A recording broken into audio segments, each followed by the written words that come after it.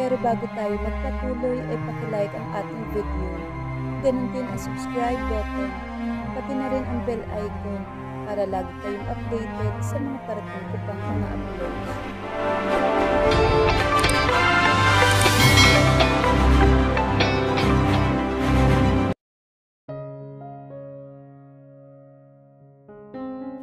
$10 million kapalit ng pagpapakasal mo sa akin.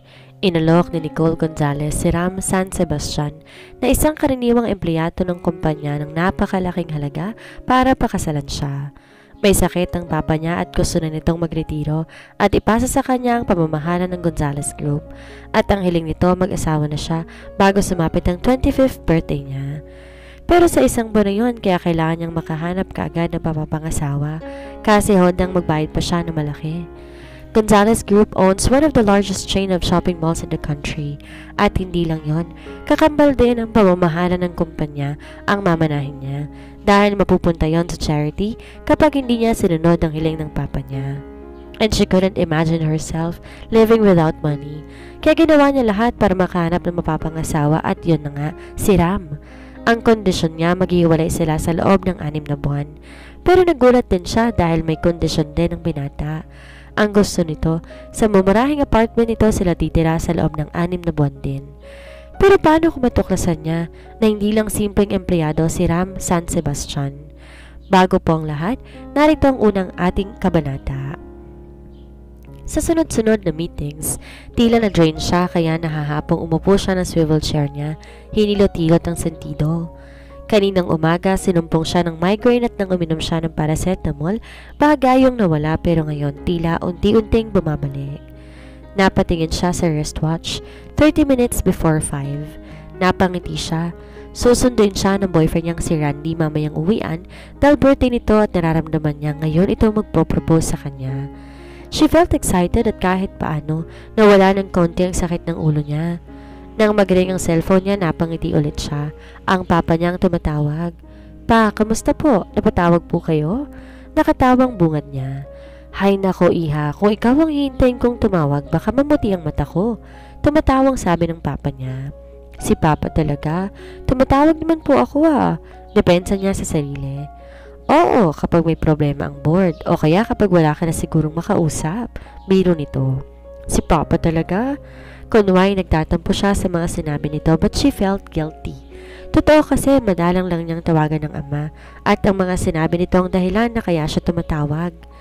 Nasa probinsyang ama niya, magmula na magretiro to sa pamamahala ng Gonzalez Group, may 5 taon nang nakakaraan, ay pinili nitong umuwi ng Alvarez at manirahan sa Villa Gonzalez. Alvarez is a growing town in the south, 4-hour drive from Manila and yet madalang lang kung makauwi siya. O, kailan ka naman uuwi kaya anak? Naku pa, ang galing na tanong nyo yan. Talagang uuwi ako pa. Actually, kami ni Randy gusto niyang sumama. Nananansyang sabi niya. Medyo napatigil siya dahil hindi agad sumagot ang ama niya. Alam niya hindi ito pabor sa relasyon nila ni Randy. Nicole anak, alam mong hindi ako sang-ayon sa... Pa, I'm already 30 years old at alam ko na ngayon ang gusto ko sa buhay. I want to settle down with the man of my choice and I love Randy. Butol niya sa sasabihin ng papa niya. Narinig niyang bumuntong hininga ang papa niya. Alam mong mahal kita anak at sa nakalipas sa 5 taon hindi ako nagkamali na ipasa ko sa iyo ang pamamahala ng kumpanya. Pero hindi ka ba nagkakamali sa gagawin mong to? Pa, I love you too. But I'm a grown-up woman now. I can take care of myself. And this time, hindi na ako magpapadalos-dalos. Mahal ko si Randy at mahal niya ako. Yun naman ang importante, di ba pa? She said, trying to convince his dad. Kamusta pala dad ang farm mo dyan? Balita ko marami na kayo naka-harvest. She asked to change the topic. Oh iha, if you could only see. Hitik sa bunga ang taniman ng mangga, kalamansi at iba't ibang prutas at gulay. Tila excited na sabi ng papa niya. Nag-e-enjoy to sa ginagawang pagtatanim at natutuwa siya na may pinagkakabarhan ito. Katulong ng tita Nella niya, ang matandang dalaga na elder sister ng papa niya. Pinamamahalaan ito ang malawak na bahagi ng lupang sakop ng Villa Gonzalez na ginawang farm. Noong una parang hobby lang yon ng papa niya pero nang kalaunan, dumami ang naha-harvest at dumami ang tinatanim ng mga prutas at gulay at mula noon kumuha na to ng mga trabahador na makakatulong sa pagtatanim at pag-harvest. Ngayon, may 3 taon ng supplier ang Gonzales Farm sa malalaking pamilihan sa Alvarez at maging sa ilang malalaking supermarkets doon. At tuwing umuwi siya, which is hindi madalas, and again felt guilty, ay makikita niyang tuwa sa mata ng papa niya sa ginagawa sa farm. Dahil sa namiss niyang papa niya, matagal din silang nag-usap. Nang ibaba niyang cellphone niya, lagpas na ng alas 5. Sa bagay, alas 6 pa naman siya sasunduin ni Randy kaya may time pa siyang magbihis at mag-ayos. Dinampot niya ang paper bag na may laman na damit na isusuot para sa dinner nila ng boyfriend. Ito ang pumili nun and he said that she looks lovely on it. She smiled. Randy never fails to make her feel beautiful and important. Sa 2 taon nilang relasyon, lalo siyang napamahal dito. Wala siyang maiko-complain dito. With all his good looks and wealth, walang hindi magkakagusto sa isang Randy Villanueva. But it's not just the looks or the money why she fell in love with him.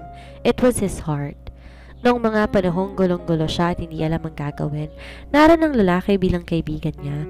Pinapasaya siya nito. At nitong huling 2 taon, napaisip na siya. He has been there through the ups and downs of her life. Kaya naman ang pagtingin kaibigan niya dito unti-unting nag-iba. Hanggang sa nagpa siya siyang sagutin na ito at di siya nagkamali sa naging desisyon. Sa bawat araw na magkasama sila, lagi nitong pinapadama sa kanya kung gaano siya nito kamahal. Napangiti siya nang makita ang refleksyon sa salamin. The emerald green off-shoulder tube style dress emphasized her every curves at above the neon showing perfectly shaped, flawless legs. Nag-apply siya ng light makeup and hot pink matte lipstick. Hinayaan na nakalugay ang makintab at mahabang buhok. Sinupit niya ang katernong earrings at necklace ng dress. When she heard her cellphone ringing, sinagot niya kaagad iyon. "Pababa na, hon?" she said smiling. Napapalingon ang ilang empleyadong nakasabay niya sa elevator. Ang mga kalalakihan ay paghanga at sa mga kababaihan paghanga din kung di man may kasamang inggit. Ang iba naman nahihiyang binati siya. Halos lahat ng empleyado ng Gonzales Group ay kilala siya. Nicole Gonzales, President and CEO. Ngilitian niya ang mga ito. Naa-amuse siya habang umaandar ang elevator dahil nakikita niyang nagsisikuhan ng mga ito. Nagulat siguro o nahihiya na nakasabay siya ng mga ito sa elevator.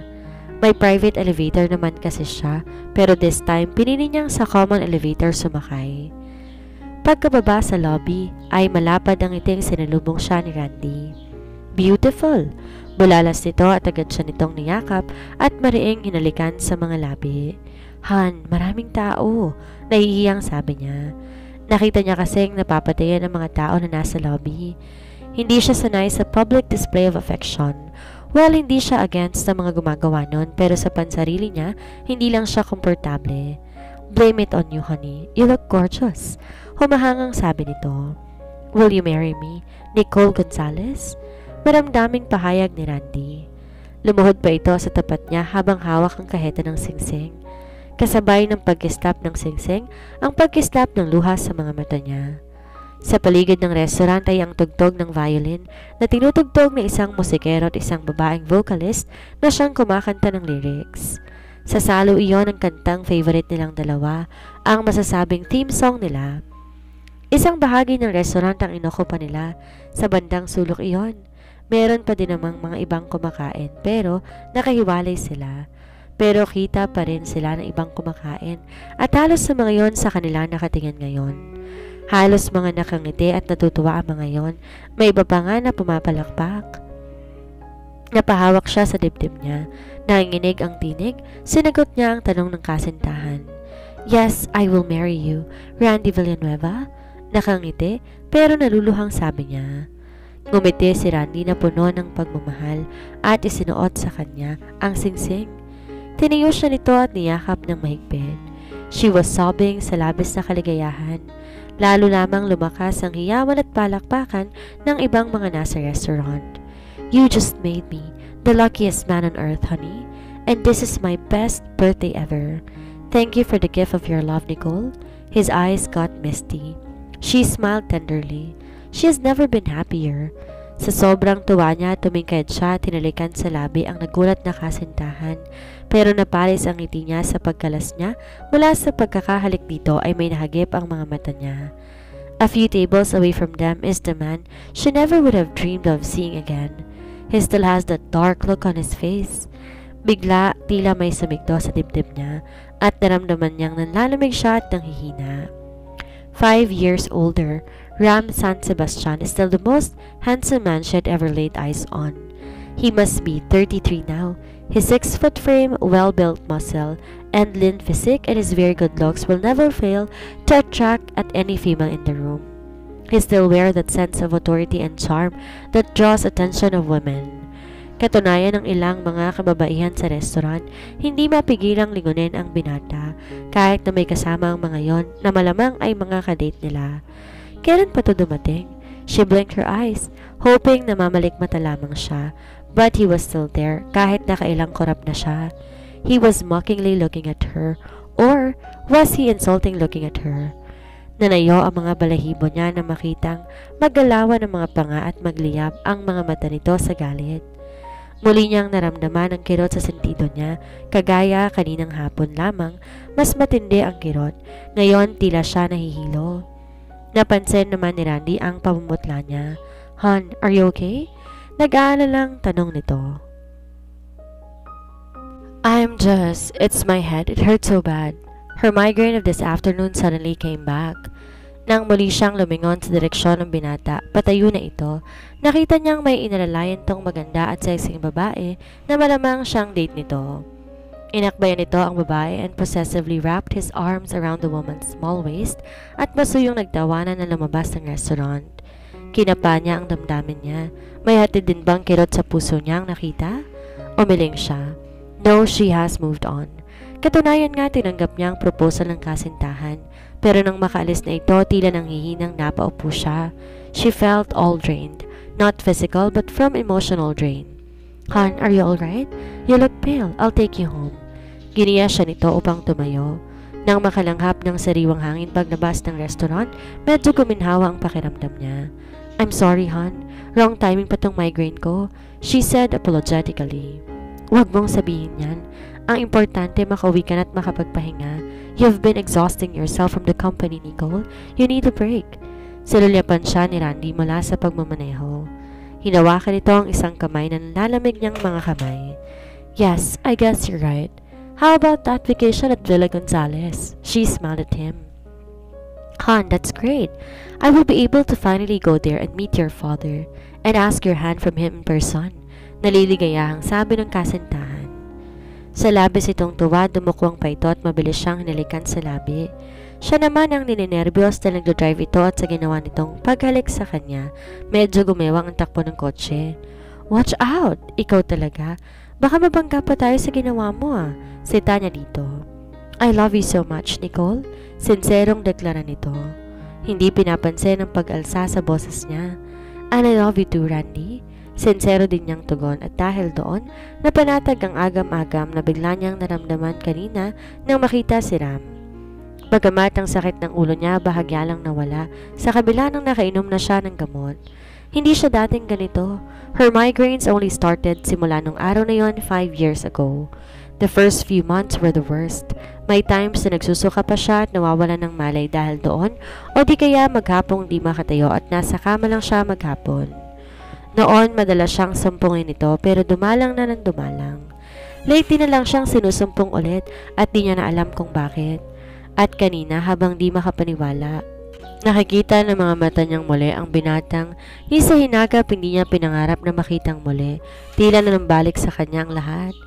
Dala ng migraine hindi siya agad nakapasok. Kahit paano maganda na ang pakiramdam niya dahil siguro mahaba ang tinulog niya at nakainom na siya ng gamot. Pagdating niya, maraming trabahong naghihintay sa kanya. Buong umaga, busy siya kaya hindi niya na namalayan ng oras. Nang sulyapan niyang wristwatch, mag-aalas 12 na ng tanghali. Napatayo siya. Nakalimutan na nga pala niyang may luncheon meeting siya sa labas, kasama na ilang miyembro ng board. She hurriedly made a retouch and grabbed her purse and cellphone. Importante ang meeting at hindi po pwedeng hindi siya pumunta. Tungkol yon sa posibleng pag-venture ng kumpanya sa pagpapatayo ng mall branches sa mga kalapit na probinsya. Bakit ba kasi nakalimutan niya at di niya napansin ang oras? Palabas na siyang talaga nang biglang pumasok ang sekretary niyang si Jen. Tila tense ito. Jen, I forgot. May lunch meeting ako ngayon. Hahabol ako. Ikaw munang bahala dito. Pero nabigla siya nang hawakan siya ng sekretary sa kamay. Tila nag-aatubili sa gustong sabihin. Naku Jen, not now. Kung ano man ang sasabihin mo, that can wait. I really have to go. Hawak niya ng pinto nang magsalita ang sekretarya. Ma'am, may naghahanap pong lalaki sa inyo sa lobby. Tinawag po ng receptionist. Ayaw pong paakitin ng receptionist kasi walang appointment. Tsaka may meeting po kayo sa labas na pupuntahan. But the guy kept on insisting. And he said that he doesn't need an appointment. Well, tama ang ginawa ng receptionist at kahit may appointment pa siya, hindi talaga pwede. Hindi lumilingon, nasabi niya at binuksan ang pinto para umalis. She really have to go. Late na siya at nakakaya sa mga kamiting niya. But the guy said that he does not need an appointment to visit his wife. His name is Mr. Ram San Sebastian. Mabilis sasabi ni Jen. What? Marahas siyang napalingon sa sekretary niya na namimilog ang mga mata sa pagkagulat sa nakitang reaksyon niya. Ma'am, baka nagtitrip lang lalaking yun. Kahit na ba sobrang gwapo niya, wala siyang karapatan na gumawa ng ganang kwento, di ba ma'am? Tsaka kailan pa kayo nag-asawa, ma'am? Hindi po ba't kaka-engage lang kay Sir Randy? Tiningnan niya na masama ang sekretarya. Minsan may pagkataklesa din ito eh. Napaurong naman ito at natutop ang bibig. She took a deep sigh. Send my husband in, Jen, and call the board's executive secretary na hindi ako makakadala ng lunch meeting. Cancel all my schedules for the rest of the day. Yun lang ang sinabi niya at bumalik na siya sa private office niya. Ang naiwang sekretary naman ay napalaki ang mata sa narinig mula sa amo. She inhaled and exhaled nang marinig ang warning knock at kahit nga napaghandaan niya na, di niya napigilan ang kabog ng dibdib niya sa pagpasok ni Ram San Sebastian sa opisina niya. Maluwang naman ang opisina niya pero tila kay sikip noon ngayong nandito ang binata. Tumayo siya mula sa pagkakaupo sa swivel chair at profesional itong binati. Mr. San Sebastian, welcome to my office. To whom do I owe you this visit? Bagya siyang ngumiti at in-extend ang kamay for a handshake. Really, Miss Gonzalez? He smirked and mockingly stared at her hands. Pinakadiin nito ang pagbigkas ng Miss Gonzalez. Hindi nito tinanggap ang pakikipagkamay niya. Iniatras niya ang kamay at hindi naapekto ang pinasadahan nito ng tingin. Many times in the past, Ram has never failed to make her heart skip a beat at hindi exception ng araw na ito ngayon. He was devastatingly very good looking. His jet black hair na mukhang ilang buwan nang di nadadaanan ng gunting ay may ilang hiblang ng lalaglag sa noo, making him more younger and boyish looking. Ang makapal na kilay, ang mga matang kung tumitig, tila hinihigop ka, lalong tumititig. Ang matangos na ilong, tila nililok ng isang eskultor. Ang prominenteng jawline na may ilang araw ng whiskers na hindi pinagkabalang ahitin. His thin blade lips, were they red or pink on a sensual mouth? Bumaba pa ang tingin niya sa malapad na balikat at matipunong dibdib na nasusuotan ng simpleng dark sports shirt. Humahakab yun sa matikas itong katawan at nagsimula na magpasikip ng hininga niya. His old faded jeans hugged his muscle thighs like a second skin plus a pair of rubber shoes. Ano man ang suotin nito, isa lang epekto sa mga kababaihan. Yon ay ang magpatibok ng puso kung di man mahulog sa taglay nitong kakisigan. Kagabi, naka-formal dinner attire ito, napakagwapo na nito. Ngayon naman, simpleng casual attire lang, walang ipinagbago. He was still the most handsome man she has ever seen. Muli, bililik niya ang tingin sa gwapong mukha ng binata na ngayon ay may nakakalokong ngiti na naglalaro sa mga labi. I'm afraid I might melt. Amused itong sabi. Napakurap siya at narealize ang ibig nitong sabihin. Inirapan niya ito. Anong akala nito na pinagmamasdan niya ito? Hindi nga ba't yan ang ginawa mo? Well, hindi dahil sa kung ano paman. Curious lang siya kung ano naging pagbabago sa nakalipas sa 5 taon, kaya niya ito tinitigan. At aminin man niya o hindi, walang nagbago. The bastard is still ruthlessly handsome. At sa suot nitong casual na t-shirt at maong, who would ever think na mula ito sa isa sa pinakamayamang pamilya sa bansa? Why are you here? Kapag kuwan ay seryoso niyang tanong, squaring her shoulders. Di mo man lang ba ako pauupuin? Di pa rin nawawala ang amusement sa mata nito na ikinairita niya. Help yourself, pasubladang sabi niya. Umupo na rin siya sa swivel chair niya. Umupo ito na parang nasa bahay lang. Feel at home at comfortable sa visitor's chair niya samantalang siya tila nasa hot seat. Tila siya sinisilihan. Inikot ng binata ang tingin sa loob ng opisina niya. Then it landed on the name na naka-ukit sa posisyon ng President and CEO na nasa ibabaw ng table niya. Nicole Gonzalez. Binasa nito ng malakas ang pangalan niya. Why did you not use your married name? Malumanay nitong tanong pero bakit tila pakiramdam niya may bahid ng galit noon. He was looking straight into her eyes at nataranta siyang bigla, tila hindi alam kung anong isasagot. I never thought it to be necessary, she said, making it sound not important. So nobody here knows that you've been married and still married up to now? He said, clenching his jaw. She saw how his jaw clenches. Nagagalit ba ito dahil doon? Hindi ba't ito naman ang naiwan noon, ang umalis? Nagka-amnesia ba ito at nalimutan na ang ginawa 5 years ago? How dare him talk to her this way? Oh well, I think, alam na nila ngayon. Because of your unannounced declaration sa lobby looking for your wife, Nicole Gonzalez. Probably at this moment, trending topic na yan sa buong building. Papaklang sabi niya. Tumingin din to sa kamay niyang nakapatong sa table, particularly sa ring finger niyang may suot engagement ring nila ni Randy. Mabilis niyang binaba ang kamay para itago dito. Where's your wedding ring? Tila lalo tong nagalit. Medyo napaurong naman siya sa pagkakaupo, pero sumusobra na yata ito. Tila ba wala itong maling ginawa noon kung makapanita? What's this, Ram? Bakit mo ako interrogate ng ganito? Because the last time I checked, ikaw ang umalis noon, kaya wala kang karapatan na questionin o sumbatan ako ngayon. Napataas na ang boses niya dahil sa galit. And the last time I checked also, kasal ka pa rin sa akin. Kaya sa mata ng batas at mata ng Diyos, hindi ka pwedeng ikasal sa lalaking yon. So if I were you, better start removing that damn engagement ring. He was blazing in anger at bahaga siyang natakot, pero hindi siya magpapatakot. Nakasalalay ang kaligayahan niya, nila ni Randy dito. At sino kayang may kasalanan sa ating dalawa? Kung ba't hanggang ngayon hindi pa rin napapaulo ang bisa ang walang kwenta nating kasal? Her words spiteful. Ang tanda ko noon, ikaw ang nagmakaawang pakasalan kita. You even paid me millions, remember? Kaya wag mong ibalik sa akin ang sisi sa sinasabi mong walang kwentang kasal na ito na ikaw ang may gawa. He said cruelly at hinampas pa nito ang mga kamay sa ibabaw ng table niya sa galit. Natabig ang ilang gamit niya doon, nangalaglag sa sahig. Siniguro sa akin ni Attorney Rivera na natanggap pa lahat ng sulat for annulment petition pero ni isa doon di mo pinansin. And that had been 2 years ago. Buwan-buwan pinapadalan ka pa rin ni Attorney at ganun pa rin. Ni isa wala kang sinasagot. Ram, alam mong hindi tayo nagsama bilang mag-asawa sa totoong kahulugan. Kaya nakikiusap ako sa iyo ngayon. Palayain mo na ako. Sign those annulment papers and let me live my life with the man of my choice. With the man that I love. Hindi niya na napigilang mamuo ang mga luha sa mata niya. Noong 3 taon na wala siyang narinig na ni isang salita o balita kay Ram, pinasya niyang tapusin ang kasal nila. Bago niya inihain ang petition for annulment, umasa pa siyang biglang susulpot si Ram at sasabihing mahal siya nito. Dahil siya mahal niya ang binata, narealize lang niya yon nung huli na nung di na siya nito paniniwalaan, nung kinamumuhian na siya nito. Pero walang Ram na dumating at kailangan niya magpatuloy mabuhay. So you want to live with the man of your choice, with the man of your love? Medyo bumaba ang boses nito pero galit pa rin ito. Yes, at ikaw naman mukhang may nakita ng iba and she's lovely.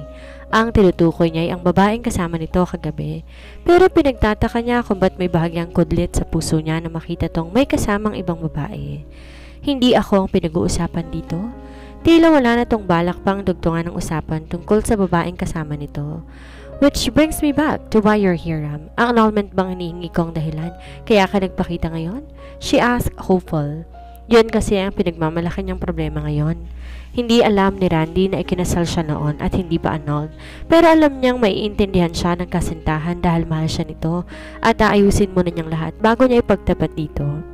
As a matter of fact, yes. Medyo kalmado na nitong sabi. Nakahinga siya ng maluwag. Finally, sumang-ayon na ito sa annulment at hindi nila nagsisigawan ngayon. Hindi kagaya kanina kaya siguro naman maayos nila itong mapag-uusapan.